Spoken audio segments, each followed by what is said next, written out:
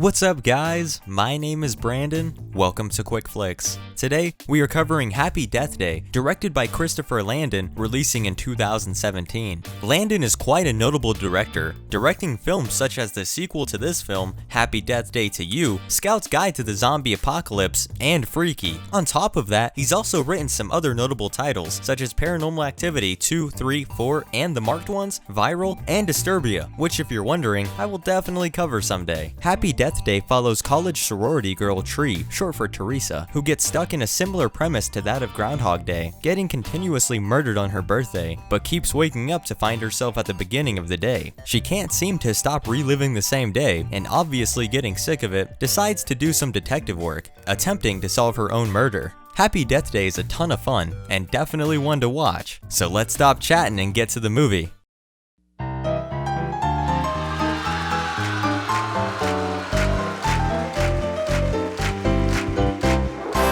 The movie opens up with a bell tower ringing at the top of the hour, waking up our protagonist Tree, who's in a dorm room after a long night of partying, and judging by her ringtone, it's her birthday.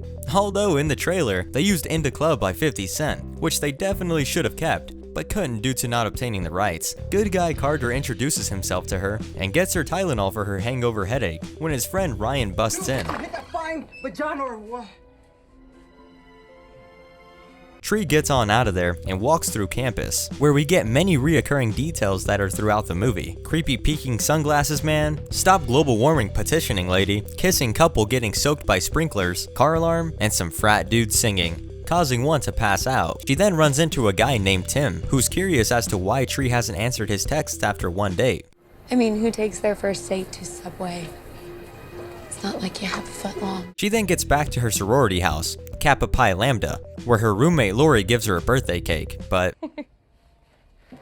oh, that's rude. During the house meeting at lunch, snobby head leader sorority girl Danielle criticizes Becky for her high-calorie lunch, causing her to run off. But she runs into Carter, spilling her entire tray on Tree. Carter's there to return her bracelet, but Tree don't care and gives him a death gaze as he walks off.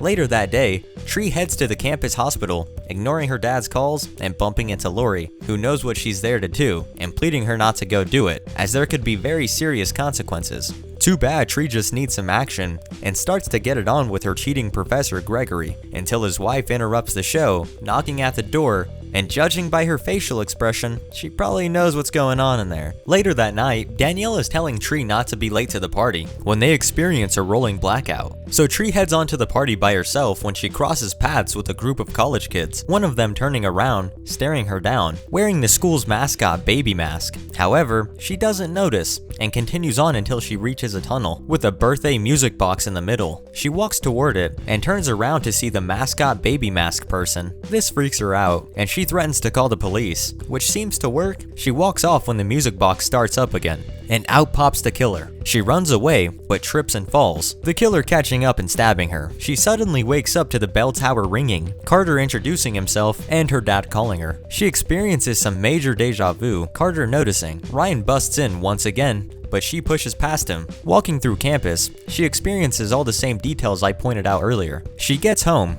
and has another chance to eat Lori's cupcake, but sets it down due to being late to her class. She later goes to Gregory, trying to talk to him about the deja vu, but he has other ideas until his wife once again shows up. Later that night before the party, Tree watches a video of her mom pushing her face into her birthday cake. Danielle walks in, telling her not to be late to the party, as they have a rolling blackout once again. Tree assuring she'll be there on time, heads on out, and crosses paths with that group of college kids once again. However, this time, she turns around to notice the killer staring right at her. She disregards it and continues on, until she gets to the tunnel with the music box in the middle. That's a big nope for her, and she turns around to leave, taking an alternative route to the party? She walks up to the door when it opens unexpectedly, the babyface killer revealing themselves. Oh, nope, it's just Nick. They threw her a surprise party. Tree apologizes for the punch, but Nick seems to be into that kind of thing, subliminally leading her into his bedroom. Once she arrives, he introduces her to the pleasure dome, dropping the disco ball and busting them moves. Tree, uninterested, texts Danielle, while Nick gets stabbed to death right behind her. She finally attempts to walk out, but sees Nick dead on the ground. The killer then pins her to the bed when a frat dude walks in to save the day.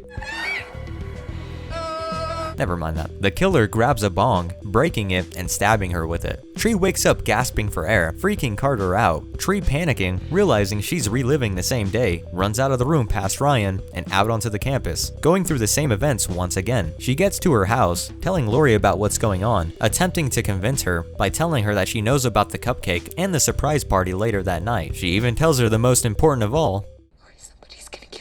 Lori just thinks Tree isn't feeling well and recommends staying in for the night. Tree takes this advice, boarding up her windows and barricading her door. Before eating the cupcake, she looks for the remote, cause no one likes to watch trash. Okay, I'm just joking, don't get mad at me. I'm sure Teen Mom is a pleasant watch to most. You know what, next video, we're gonna be covering Teen Mom seasons 1 through 9, and Teen Mom 2 seasons 1 through 10, and Teen Mom 3 season 1 in 75 minutes. Don't miss it. While looking for the remote, she finds a black envelope containing a birthday card with a threatening message in it. This, with a combination of the TV randomly turning off, spooks her out. She gets her nifty hammer and starts checking around the room, when the baby-faced killer pokes out from right behind her, stabbing her to death once again. Tree wakes up screaming, even spooking Carter out. She has a bit of a mental breakdown, as expected, and sprints out of the room. Noticing all the same events going on, she spins in circles going crazy when Carter shows up with her belongings that she left. She asks for help, and the two go to lunch together. Carter tries wrapping his head around her situation and does his best to help, giving the solution to keep dying until she solves her own murder. We also find out why good guy Carter is good guy Carter. For the record, I didn't take advantage of you last night, okay?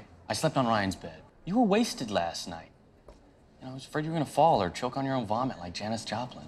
This leads into our fun montage of Tree repeatedly dying while trying to figure out who's doing the killing. She creates a list, writing down prime suspects and crossing them off after confirming they're not the killer. Seems a bit weird. I mean, why write it down if the paper's gonna disappear every time she dies? If she's already memorizing it, what's the point? Anyway, she finds out Tim is gay during the process. She also finds out Danielle has the birthday card with the threatening message, Tree fighting her, leading to both of them being hit by a bus. I'm not really sure how that makes Danielle safe, and no longer a suspect, but oh well. After being hit in the head with a baseball bat, she wakes up not feeling so well. She passes out in Ryan's arms and awakes to Carter by her side in the hospital. The rolling blackout occurs, and Gregory shows up right behind him, spooking them out. Suspicious Gregory. Gregory sends Carter on his way and describes to Tree that she should technically be dead due to the extreme trauma inside her body, thus allowing to conclude the damage from these deaths are actually causing her bodily harm. Tree requests a drink, Gregory saying, "Of course, girl," then taking the opportunity to sneak out. She heads to Gregory's office, taking his car keys and finding the baby mask, Tree believing he's the killer. She walks out and finds Gregory, but before she can even accuse him, the killer comes from behind and kills him. She runs to the parking garage attempting to hide when she beeps the car, alerting the killer. She luckily makes it in before getting caught and drives off. Speeding down the highway, all excited and whatnot, she gets pulled over. The officer asks if she's on any drugs due to her odd behavior. Tree realizing this is a golden opportunity to get locked up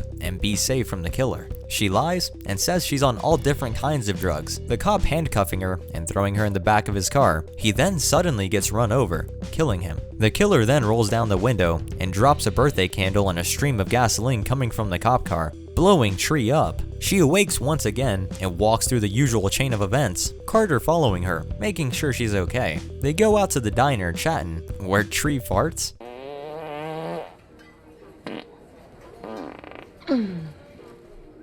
And also ignores a call from her dad once again. She goes on to explain how her mom and her share the same birthday, and it was one of the most special days. That is until her mom passed away. So ever since, she's just been avoiding her dad. While chatting, she notices a news broadcast explaining a suspected murderer of 6 females and 1 cop, John Toombs, who is being treated at the campus hospital. Tree recalls seeing his room and quickly heads there to put a stop to this madness once and for all. She grabs a fire axe and enters the room to see a cop dead and John Toombs in the baby mask shooting at her. She runs out and the nurse gets caught in the crossfire. Tree gets to a dead end where Toombs takes off the mask. He gets ready to shoot her when Carter comes out of nowhere and tackles him. But the fight doesn't last too long as Toombs breaks his neck and kills him. This gives Tree enough time to find another exit. Toombs follows and enters the bell tower when Tree hits him from behind. About to kill him, Tree remembers Carter and she decides to hang herself instead. She wakes up in a fantastic mood,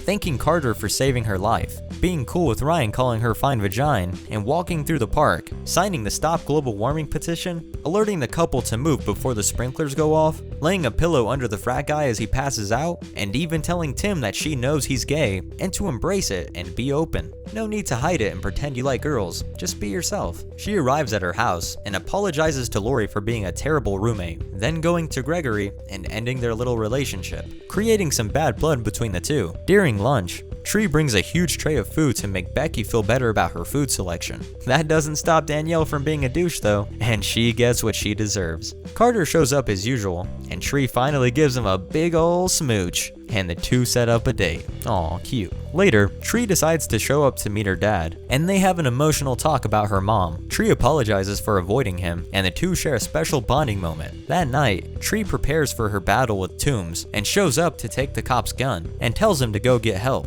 She walks into the room to shoot him, but the safety is on, and the two battle. Toombs takes her to the ground when Tree's watch starts beeping, signaling it's time for that rolling blackout, motherheckers. And she takes advantage of this, getting the gun and showing up from behind him when the lights come back on. She then shoots him and kills him. Yay, she finally did it, everyone. To end off the night, she's back at her sorority house, celebrating with Carter, emulating the final scene from 16 Candles. Everything is all well and dandy, and the movie ends with her blowing out the candle on Lori's cupcake she made her.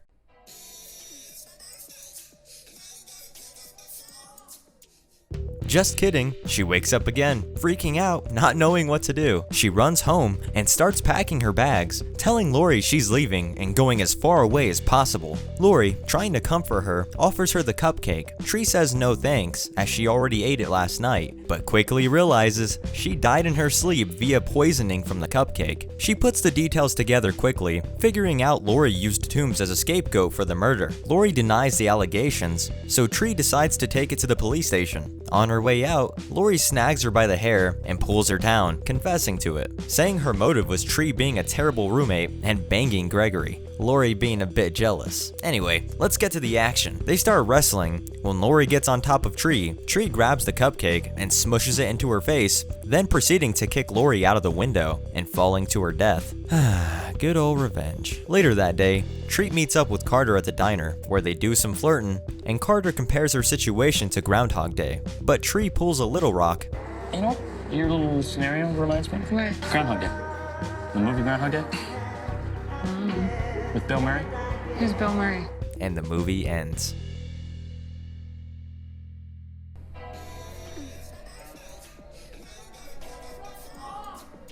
Nah, Carter's just joking. He confirms she finally made it to Tuesday the 19th. She gets lovingly upset, but they kiss it out in front of a sick They Live poster. Tree got lucky and got herself a good one, and the movie actually ends this time. However, there is an alternate ending. Tree wakes up in the hospital to her dad and Carter by her side when the doctor asks them to leave because she needs rest. The doctor then walks out when a nurse walks in and starts pumping an unknown substance into her IV. She takes off her surgeon mask, revealing to be Gregory's wife. This kills Tree, and she ultimately gets stuck in another time loop, this closing the alternate ending. This was the original ending, but test audiences absolutely hated it, forcing the team to create the theatrical ending we have today. Next week, we'll find out the backstory as to why Tree kept reliving the same day, and what exactly caused it, when we cover Happy Death Day to You. Anyway, thank you guys for watching. Let me know what you thought of this film down below, and I'll see you guys in the next one.